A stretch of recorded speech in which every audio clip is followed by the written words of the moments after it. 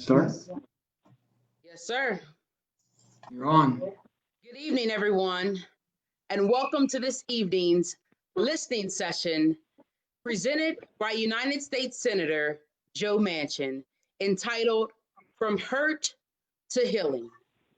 Tonight is an opportunity to amplify African American voices and to encourage every West Virginian to think about how we can move forward to a more equal and just society.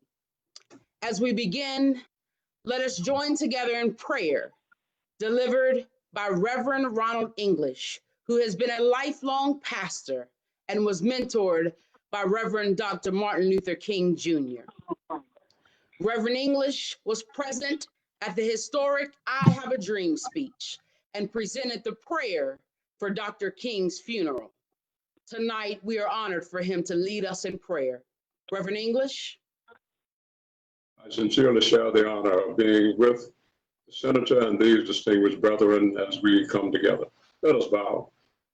Guide our feet while we run this race. Guide our minds while we run this race.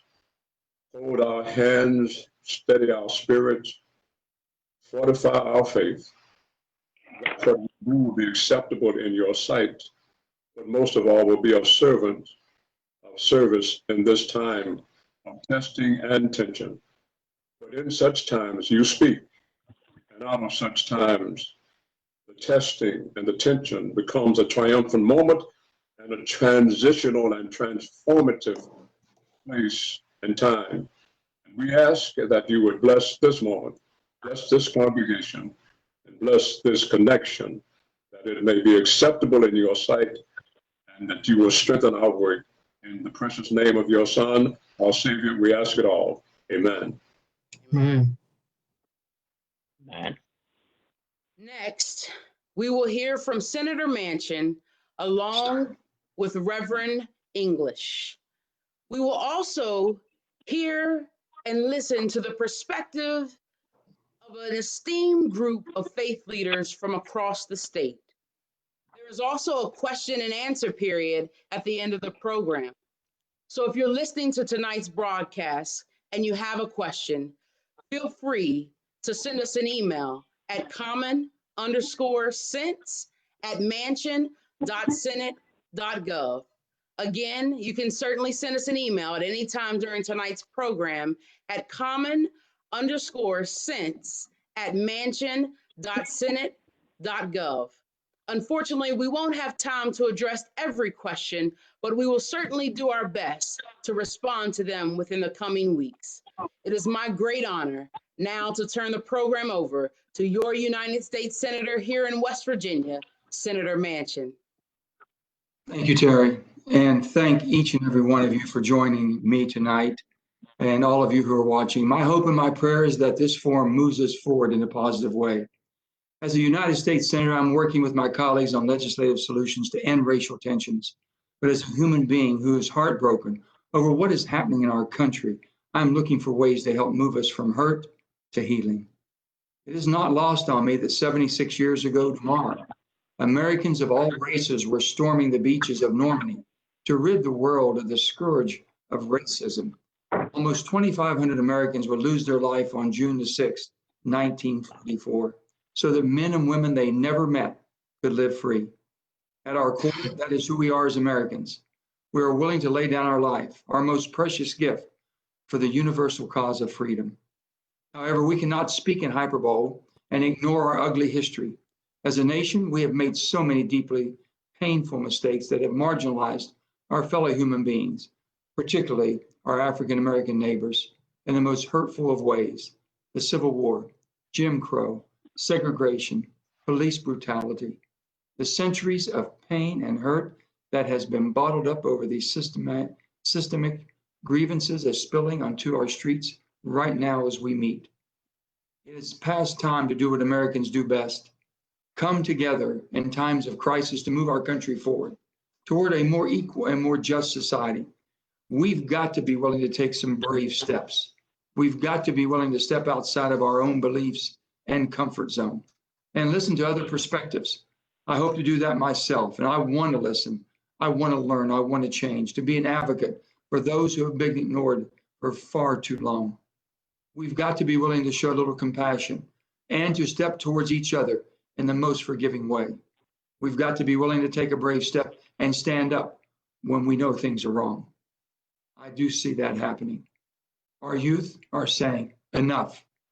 We will not tolerate losing our generation because of the color of our skin.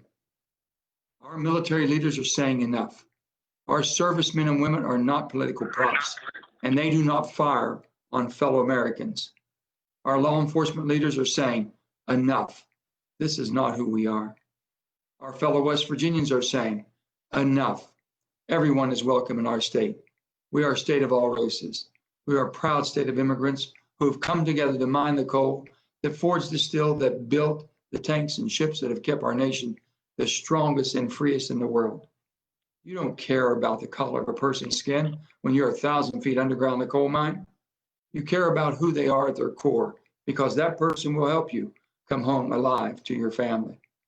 So I've talked enough. Now it is time for me to listen. Nearly 53 years ago, Martin Luther King Jr. said that social rallies such as the ones we are seeing are the language of the unheard. I hope that tonight is a step toward being heard. I truly pray that tonight is a step towards letting our better angels fly. As Abraham Lincoln said, we are not enemies, but friends. We must not be enemies. Though passion may have strained, it must not break our bonds of affection. The mystic chords of memory will swell when again touched, as surely as they will be by the better angels of our nature. Thank you. May God bless and keep you all. And now we will hear from our dear friend, Reverend Ron English. Senator Manchin and the others that are on this call, I want to be more in a listening mode, particularly because of the preachers, pastors, and tough minds and tender hearts that are a part of this conversation.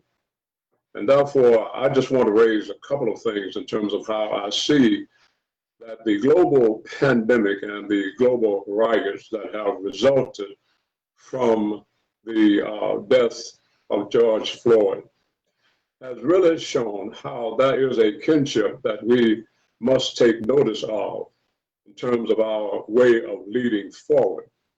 And that is that the disease of racism and the virus of the pandemic share a common plight in terms of its infection of the kind of disruption that we have seen. But it has been under the surface, and what is unknown cannot be treated, and what is not acknowledged cannot be healed. And so the advantage of where we are now is that these things have been acknowledged and cannot be denied in terms of the impact that they have made. Secondly, I did participate in the funeral of Dr. Martin Luther King Jr., but one thing I noticed about the response globally to the death of Brother Floyd is that Dr. King was assassinated, and as a global leader, the funeral did have a lot of attention, but the killing of Brother Floyd brought international attention in ways that we had not seen before. And one of the most encouraging things about what happened is we did not just hear from leaders. In fact, we heard from few leaders. We heard from people in the streets. We heard from those who grabbed the megaphone. We heard from those who just were there because of their passion that brought them presence and connection together in order to protest what has been a visceral response to a visual killing. And it has been encouraging to see that, and particularly among our youth, those voices that have been raised. We did not know that kind of leadership capacity was among us until it showed up in this way. And I think that we have found a fertile ground for further leadership advancement and leadership recruitment out of the midst of those who have come forward. Lastly, COVID is undergoing testing in order to find a vaccine. We are in a period of testing. And I think that the response that we see now in terms of riots and in terms of the mourning that we are going through is the first phase of how we are dealing with the grief. But as we move through this grief, we will find growth in ways that we have not seen before. And our connection, both virtually, visually, and viscerally, will make a distinguished difference in terms of how we come through this. Because I think that it is by providential design that all of these events came together at the same time to alert our attention and to stir us from heart, not just from head, but from heart in terms of how we move forward. And for that, I am most grateful for being in this conversation and look forward to listening for what others bring to this conversation and where we go from.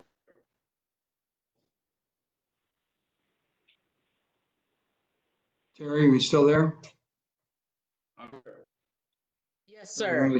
Reverend English, thank you so much. It's such a pleasure and an honor to have you with us and working so closely with us to help us find the answers we're all looking for. And your experience is unmatched in the country, let alone in West Virginia. So we are blessed to have you. And Terry, we're going to hear from our faith leaders now.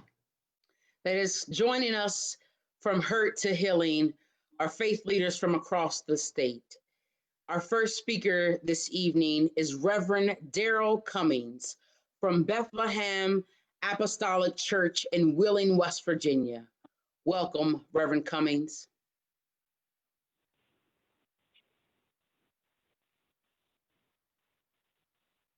We're not hearing his audio, Terry.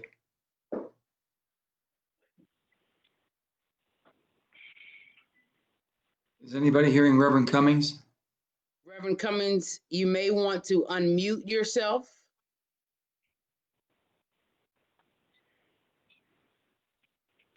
We will go directly to Pastor Michael V. Norris from Destiny Baptist Church in Martinsburg, and we can certainly come back to Reverend Cummings. Pastor Norris, would you share? For some reason, I got taken out right as I began to speak, but. Oh, no, you're good now. No, you're good now, Reverend I Cummings. apologize. I'm not sure what happened, but thank you for allowing me to be a part of this, to Terry and to Senator Joe Manchin and to all our esteemed colleagues in the gospel and to all the leaders that are on this call. I thank you for allowing me to be a part. When I was growing up, coming home from school one day, I got into a fight. And I don't want you to think that I'm a fighter. I'm a lover, not a fighter.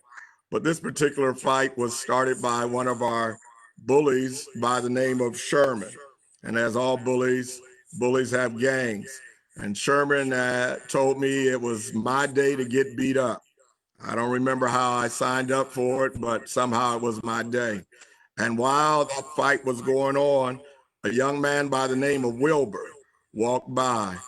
And Wilbur felt it his obligation to try to help me. And he did help me. And we did win. I think that that illustrates that African-American people are not asking for a handout, but we are asking for a hand. Until people who are not affected by the prejudice are as outraged as people who are affected, it will never be changed. I don't think that anybody is against police. Police have an honorable profession and they are needed and appreciated. Many of my family are police. They're one of the few that sign up for a job that could take their life to save a stranger.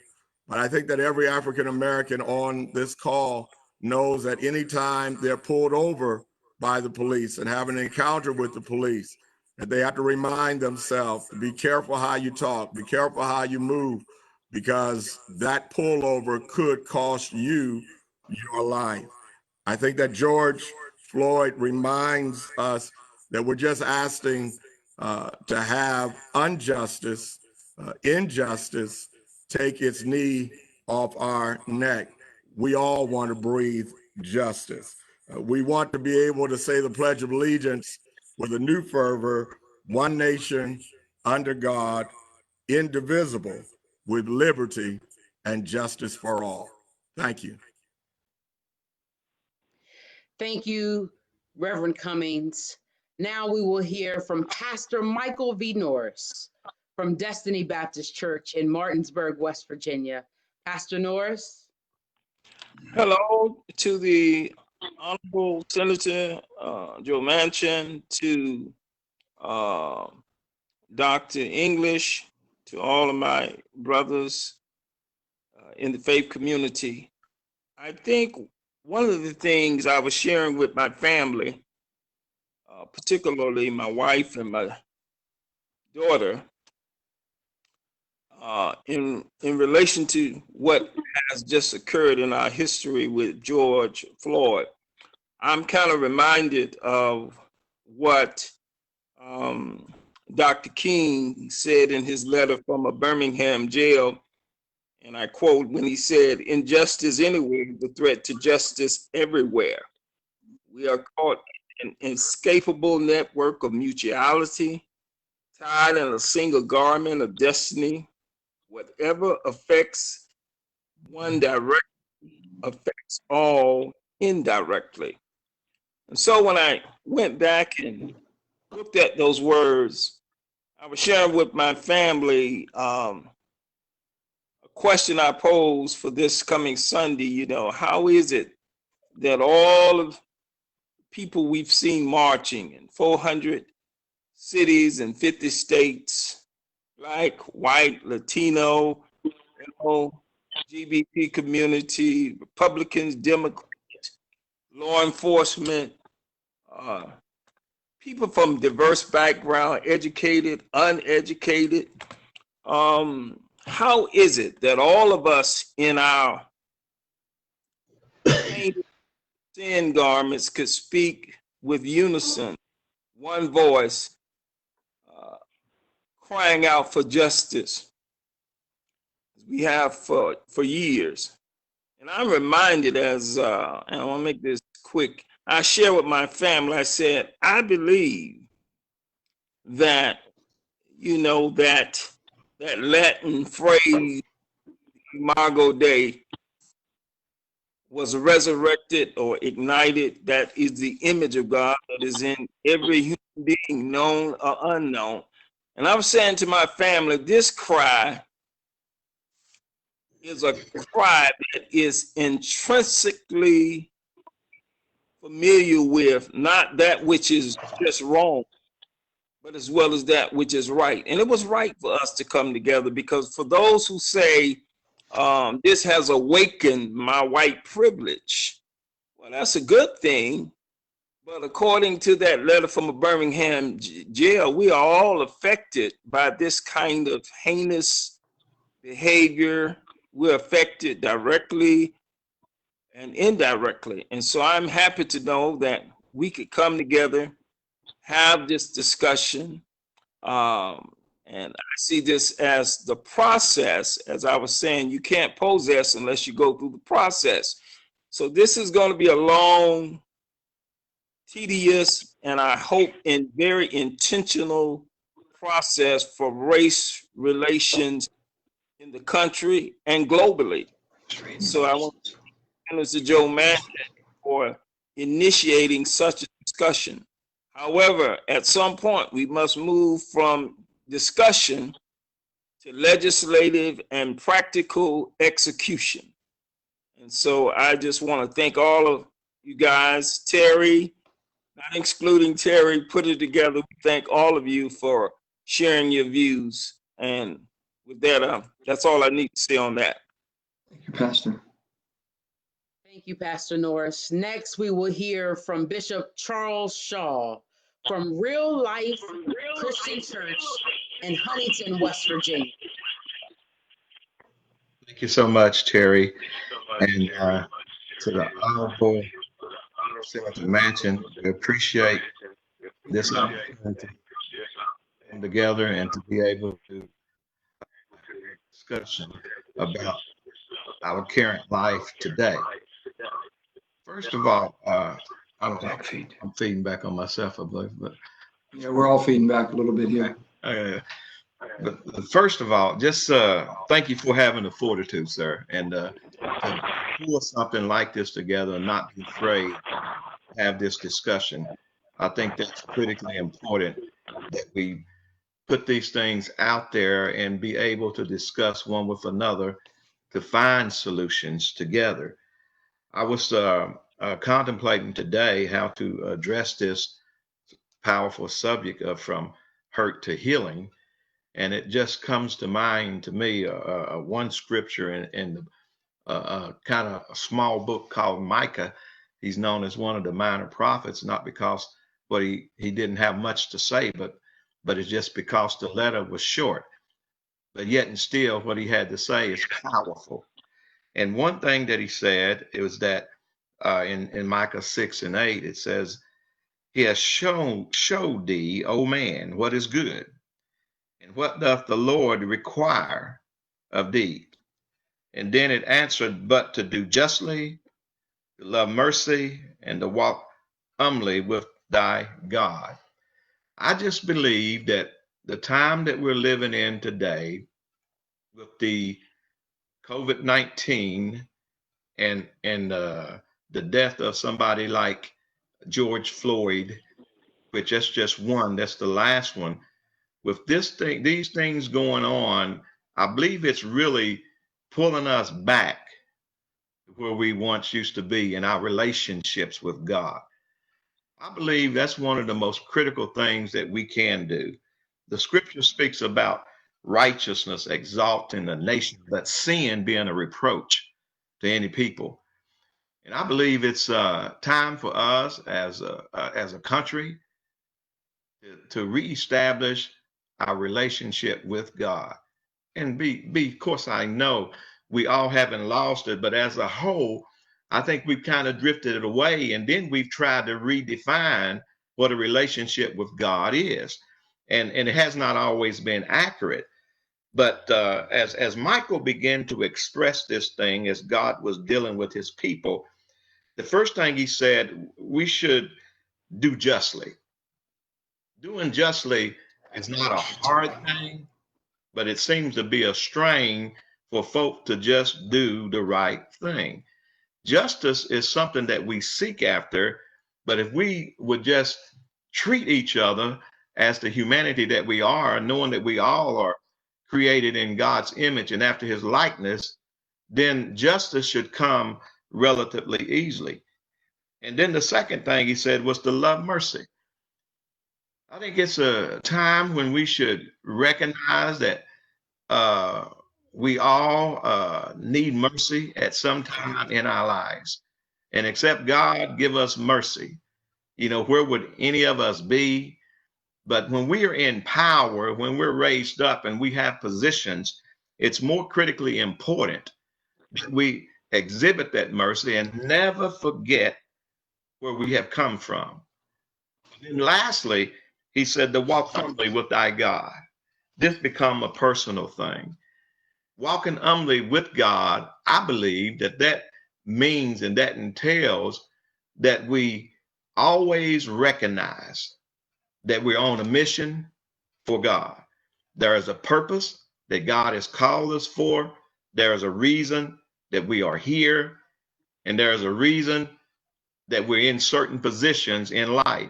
And except we remember God, we'll forget our purpose and we'll forget how to treat one another. So we have to always remember that without God, we all will be in a plight. When we see somebody that seems like they're not doing it the way we're doing it, we need to remember where we came from, where God brought us from. And if we do that, I believe God will be pleased and we'll come up with way more solutions and we'll be able to fix some of these problems that we continuously deal with. And I think that goes for all of us. But I thank you so much once again for just allowing me to be a part of this. And I'm more than happy to listen and to hear and to offer any solutions that I may have. Thank you so much. Thank you, Mr. Shaw. Thank you. Thank you, Bishop Shaw. We will now hear, you will not see Bishop Sims, but we will now hear through audio from Bishop Fred T. Sims from Heart of God Ministries in Beckley, West Virginia. Bishop Sims. Thank you. Senator Manchin, Reverend English, and certainly Ms. Cherry and all of our brethren which have gathered. I want to say thank you for allowing me to be a part of this on today. I'm reminded of scripture in Psalms 97:2 that declares, righteousness and justice are the foundation of your throne. One writer by the name of John Green gave a quote saying, it hurts because it matters. Seeing what happened to George Floyd is a constant reminder of a broken system that still haunts Black America today. We're not only experiencing a medical pandemic, we're also experiencing a cultural pandemic. I'm reminded of my mom. My mom lost both of her parents by the age of 2. Her mother died when she was 1 month old. Her father died when she was 2 years old. And she was forced to be raised in an environment where she was taught daily not to ever forget whites are superior to Blacks and all the other off-color jokes that she had to endure daily. I'm also reminded of a time in my life in the past. In 1965, we were moved from segregation to integration. It was at this high school that all the Blacks were pulled into the gymnasium by a guidance counselor and were told that we need you people to be patient with us for putting up with you, the N-word, and understand that we didn't want you here. Maybe that was the attitude of many Americans that actually brought us to this pandemic cultural crisis. The attitude of the counselor was to put up with the ends rather than to educate the students. We've allowed race to overrule God's rule in our lives and decision making. While I am absolutely against the destruction and the terrorizing of our communities, I do understand that righteous protesting is absolutely biblical, according to the book of Acts, chapter 16, and the Apostle Paul. But there's something else that I think that we need to bear in mind that from the human side. It reminds us that it's easy for hurting people to hurt people, and they do it because they are hurting. When we are hurt, we want to strike back.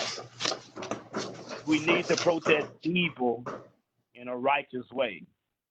Dr. Martin Luther King said, justice for Black people will not flow into society merely from court decisions, nor from fountains of political oratory, nor will a few token changes quell all the tempestuous yearnings of millions of disadvantaged Black people. White America must recognize that justice for Black people cannot be achieved without radical changes in the structure of our society. So it's seeking a way to change a heart that will also change our nation. We must learn how to connect and serve families that does not look like you. But at the same time, and listen to everything, we must challenge our civic leaders from the national level to our local levels to speak civilly and to become agents of healing and not agents of division. They must speak words of strength. They must speak words of kindness. They must act civilly since they influence systems of the world to make sure systems are operated righteously and with equity for all and not just for a privileged few. We have to have a better diversity training for police people, as well as better training as to how they respond to calls that is involving minorities or even those that are less fortunate. Also, finally, I would like to say that our judicial system needs to be redeemed and certainly needs to be overhauled. Thank you. Thank you. Thank you, Bishop Sims. We appreciate you. Next, we will hear from Pastor Matthew J. Watts from the Grace Bible Church in Charleston, West Virginia. Reverend Watts.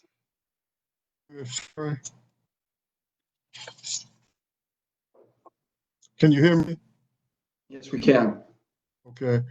I apologize little technical trouble. It's probably this Southern West Virginia, Bishop Sims and I, we too far down. Our brother, no. Senator, thank you for hosting this. Ms. Turry, thank you for your Mr. English for your invite for very, very insightful and important words. It said it's in extraordinary times required. So when we went short, I really felt somewhat handicapped in terms of what was I going to do with myself to really have any. I embarked on this journey for this will be the 75th night for the last 74 nights. And this will be the 75th night tonight. And during that journey early, I shared on social media, I felt that maybe God was preparing us for something significant. I thought it might be a lot of people ill, possibly a lot of people dying, more children going to the child foster care system, or even possibly, us having to up our game in terms of how we would serve the community. I had no social upheaval, this inhumane death of Mr. George Floyd. What I've observed, it appears to me that every institution in our society has been under stress. Of the passage in the book of Daniel, where the text says, many medical eupharsons that Belshazzar had been weighed in the balances and had been found wanting. It appears to me that every institution in our society, system, economic system, political, entertainment, recreational, even the religious, spiritual sense, and the flaws of each result of this intense stress. Now, this latest event basically takes the fatal flaw of the experience, and that was the flaw of slavery. And now this COVID-19 and this social unrest basically is exposing, really, it's exposing the weakness of America. It's now the question is going to be is how are we going to respond? And how are we as spiritual leaders and religious leaders, how we respond? We cast a compelling vision, how we can come together and create a more health pandemic, an economic pandemic, and now a social pandemic. But our plan is a fundamental principle from, I believe, scriptures that we must recognize that cannot be violated. And that is for the be true concern, the country has never truly between African Americans and Caucasians. It takes a confession, a genuine confession, and a genuine contrition. The it. And then secondly, it requires a repentance, a judgment of this cause, and a genuine desire to turn away from that, which leads to some commitment to do some type of restitution to right what can't be made right. And I think that we always come back to that. Has there been any real effort to make right what could be made right? And that opens the door for forgiveness. And I'm not sure if we ever experience true forgiveness the side of those in African American community where we feel like we've been greatly offended, whether we've truly forgiven because we don't feel like the correct have occurred. And when those things happen, then coming together, where the breach has been repaired, the gulf has been bridged, come together and then truly try to move forward. And I think this episodic event that's happened, Mr. George Floyd, that's arrested people all over the country and all over the world. And I'm encouraged, hopeful. I'm hopeful because of the response I've seen from so many, particularly those younger Caucasians who put their bodies on the line in terms of being a part of this protest and deciding that they were not going to accept things the way they've been in the past from it, but they want to see something happen that would be different. and always believe that with God's help, that we can do something we've never done before. Thank you. Thank you, Reverend Watts. Before we Let- begin tonight's Q&A, let me recognize and acknowledge Senator Manchin's legal counsel, Kevin Carson, is on the line for any legislative and or legal questions we have. But I'll turn it over to Senator Manchin to begin our question and answer period. Well, let me first say thank you to all of our distinguished commentators tonight. And I think coming from the faith-based community, all words of wisdom, well needed, well spoken. We have the first question is from Joanne in Raleigh County. And Joanne says, I'm a retired social worker and a current teacher in Raleigh County and want to help develop a program through our churches or help in any way to combat racial injustice. She's asking me, and we're asking all of us, will you all think about developing countywide task forces to develop programs to address racial injustice? And that's really why we've come together tonight. We have to do something. I felt compelled to do something, and I turn to you all for the help that's going to be needed. So I think in every community we can do something. And if anyone has any way that they can organize through your churches, how people such as Joanne in Raleigh County, that she can get in touch, or how we can start this movement, I think it's time for us to do that and let this whole state of West Virginia know that we do care and we are going to do something about the racial injustice that's been going on for far too long. Do any of you all have a comment on that and how we can? I know you're all involved in your own communities. You've been involved, but I think now is an opportune time for all of us to bring everybody together to understand, because this is affecting everybody, and it will if we don't cure it once and for all. I think Senator Manchin, you indicated going from Raleigh County. That's correct. Right. She's a retired social worker, current teacher in Raleigh County. Mm-hmm. I have to consider one great injustice has to do with the excessive discipline school system. Black children have been suspended from public schools twice the rate of not 15.5% of every Black child in the public schools in West Virginia has been suspended at least once during the school year. And they're missing tremendous, is driving some of them into a truancy, which drives them to the juvenile justice system. And I would encourage her to take a real look at that. Policy that was passed by the state principals to have the sole discretion to allow suspending kids from school for the lowest of a violation, a level 1 violation, they can treat as a level 3 and suspend them from schools. So I think that's a place that we really need to look at, focus on doing that, because there's disproportionate suspension of Black children and low-income white children. Well, I think you all bring so much knowledge and basically experience. That's why we have you as part of this, trying to help and counsel us basically through this and what we need to do. But bringing these groups, the groups need a place to gather. They need a place that they can speak out, ask questions such as this. Sometimes that they might feel embarrassed and are too sensitive, but we need to be able to answer these questions and get people involved, because this is the only way we're going to change things. We have another question. The next question is from Mary in Greenbrier County. We received many comments and questions about this year, but I'll read this one. I was saddened and deeply distressed when Governor Justice made a racist statement saying that he would welcome any president except former President Obama. He tried to defend his racist remark by saying that it was said in jest and that it referred to Obama's coal policies. In the recent past, he also called the mostly Black Woodrow Wilson girls basketball team thugs. These are patterns of overt racism from our governor.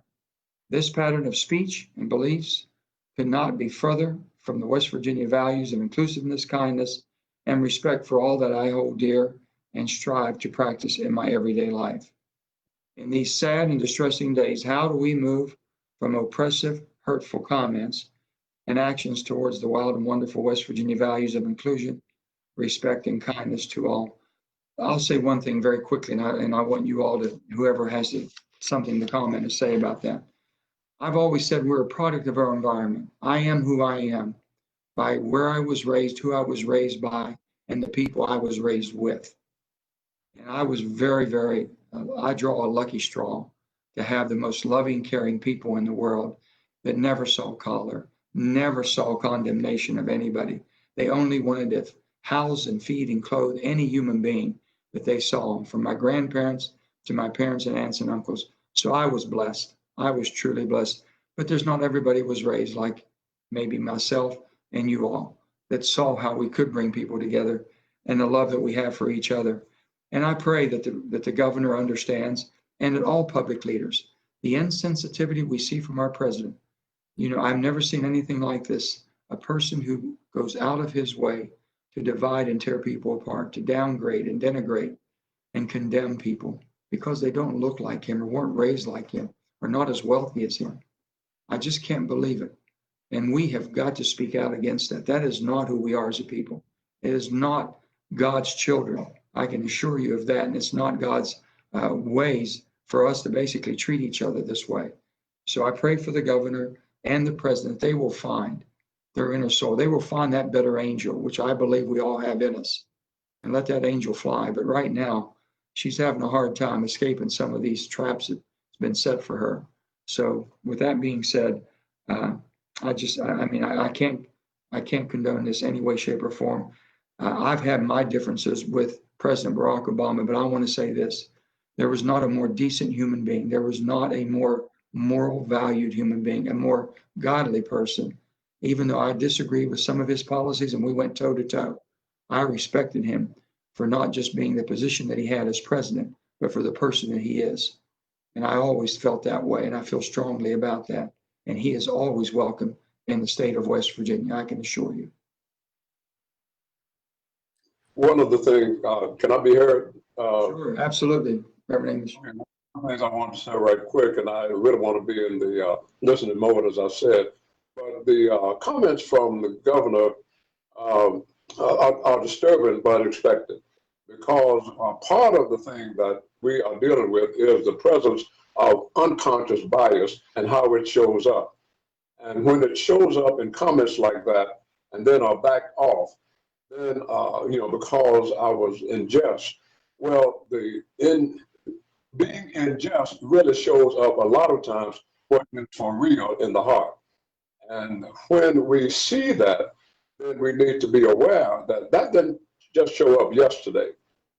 It has been there in quite a while. And until we acknowledge, we can't heal, we don't acknowledge. And so the patterns of unconscious bias parade through our legal system, our political system, our social system. And until we become aware of that and how we contribute to that consciously and unconsciously, then we are still continuing conversations in a direction that will not heal. And so part of the thing that we need to deal with is how we show up those patterns of unconscious bias in various walks of life and start the liberation at that point, because it is long overdue. The next question we have is from Jeremy in Kanawha County, and I know this is something that's near and dear to all of us, but he says, for a legislative idea, what about a federal use of force task force that investigates all use of force incidents within the state? This task force will operate independently of any police department and attorney general's office. They would require all data to be sent to them in 72 hours of incident. What are your thoughts on including this legislative proposal? I'm working with Cory Booker now on many aspects of how we put transparency in how we police and how we do our job, or how our law enforcement and our elected officials do their job. So anybody that has any comments on that is welcome. This is Pastor Cummings, and I believe that prejudice is taught. I don't think that it's natural. I think it comes when an authority figure says all these people are this or all these people are that. And to quickly illustrate, there was a teacher on the weekend that Dr. Martin Luther King was assassinated, separated her class on that Monday by the color of their eyes. It's called the Blue Eye, Brown Eye Project. And she said on the first day that all people with blue eyes were geniuses, and they all accepted it, and the people with blue eyes started doing better on their tests. In the middle of the week, she said, I made a mistake. It's all brown-eyed people that were genius. And the blue-eyed test started going down and brown eyes still going up. And obviously the color of your eyes has nothing to do with your intellect. I think that there needs to be an outside force that does receive the things that are happening in the police department and other, because we don't know how people were brought up, and without accountability, power runs rapid. Thank you.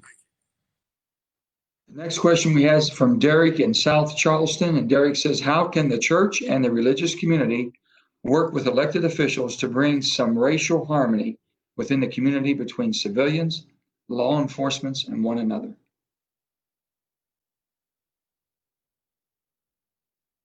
I may speak to that because that question presents really a dichotomy between legislators and the citizenry who are not legislators. One is, the reason I said it's dichotomy, because not to just single out anybody, Republican, independent, but legislators. If our elected officials on either side do not are so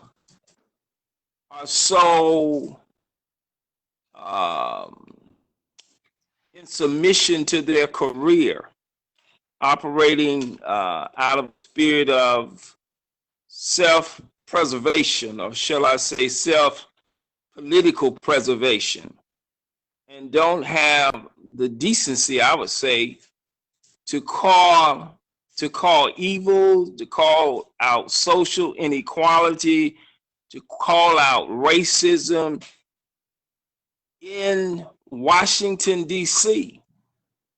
If that doesn't happen, whether a Republican president is in office or a Democrat or whoever is in office, if we don't have that happening in the Capitol, because people are so politically afraid about their longevity as politicians, then this becomes a thing of a dog chasing his tail. The second thing I want to say is, the late Dr. Maya Angelou said, when people show you who they are the first time, believe them. And so whether it's our governor, whether it's me, no matter who it is, these are not Freudian slips that we are hearing. This is who people are at the core. But I don't think we should get distracted by that. I think we should look inwardly and really make a conscious effort in the fabric of who we are to live and do right by our brothers and sisters all over this country, all over this globe. And I think it's a heart issue. I don't think it's a political issue. It's a heart issue. And I'm reminded of that passage in Jeremiah that says, the heart above all things is deceitfully wicked. And who can know it? Well, we know the answer, who can know it? So what comes out, nothing can come out of me if it's not in me. So I think we need to look at it from, if it doesn't happen on Capitol Hill, if it's not checked there by our legislators, if legislators don't hold each other accountable, regardless of the party,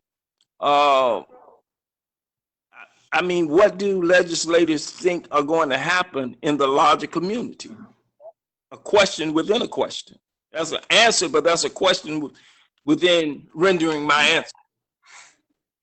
Well, let me tell you, we have another question from David in Huntington, which gets right to the core. Recently, protests have heightened by way of civil disobedience, walking in the streets, staring police eye to eye, or even not abiding by curfew. Many feel as if this is the only path forward after peaceful protest have been ignored or widely criticized? How do we encourage peaceful protest after we have made no headway through peace?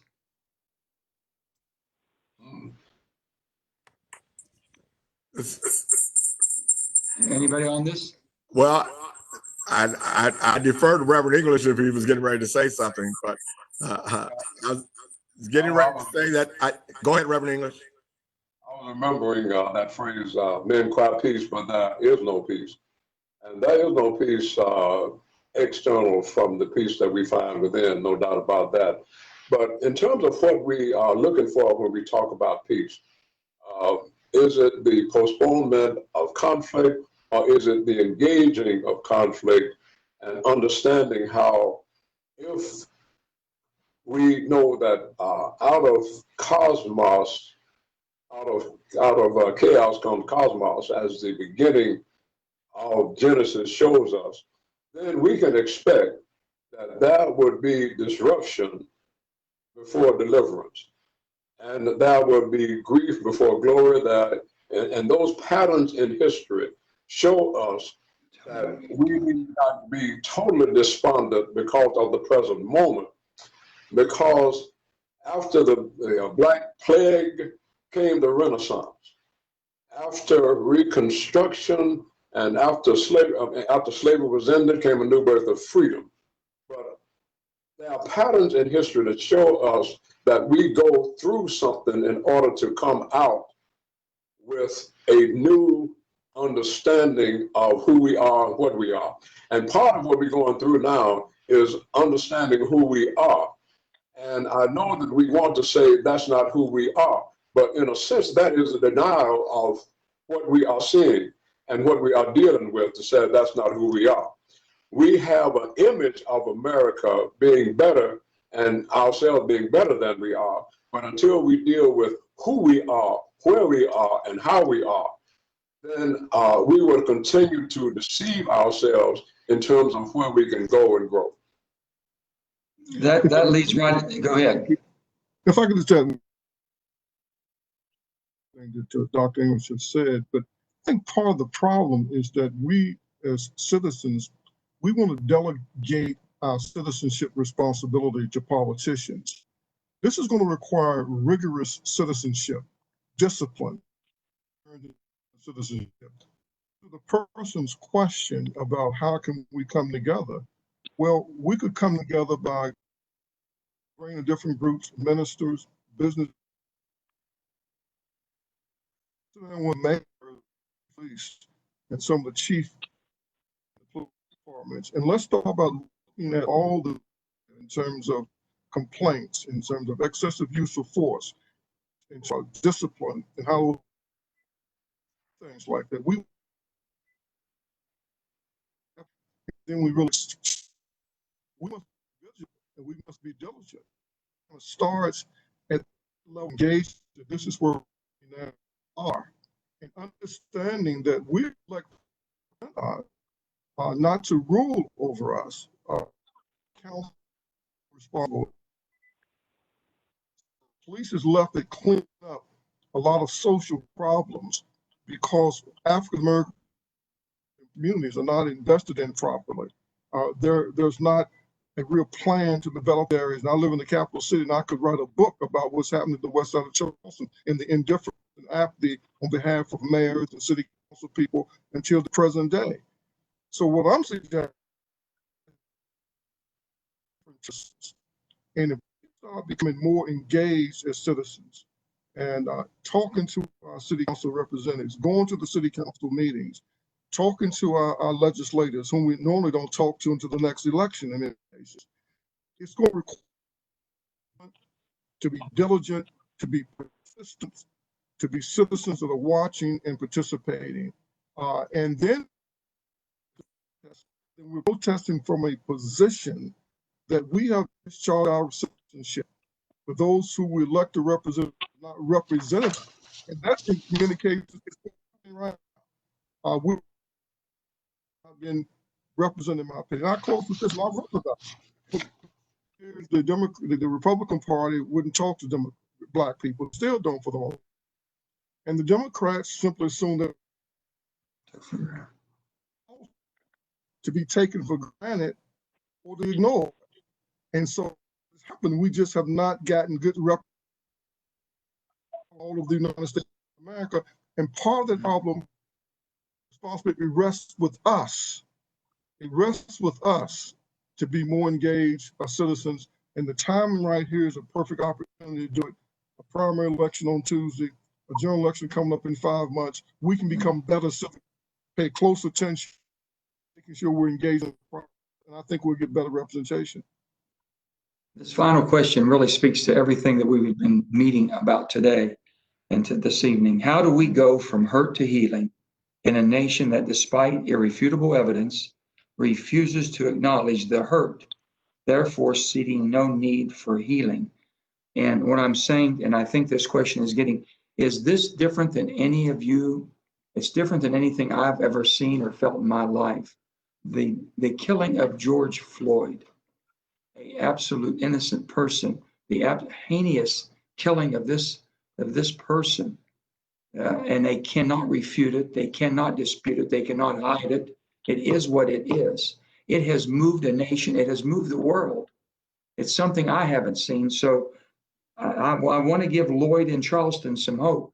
This is different, and you all have the expertise to tell me, is it different from your point of view? Bishop Shaw, what do you see? Yes, it's definitely different, Senator Manchin, and it's different because the massive number of people across all states. Usually it's localized in that one state, but this has spread to every state in the United States and, as you said, the world.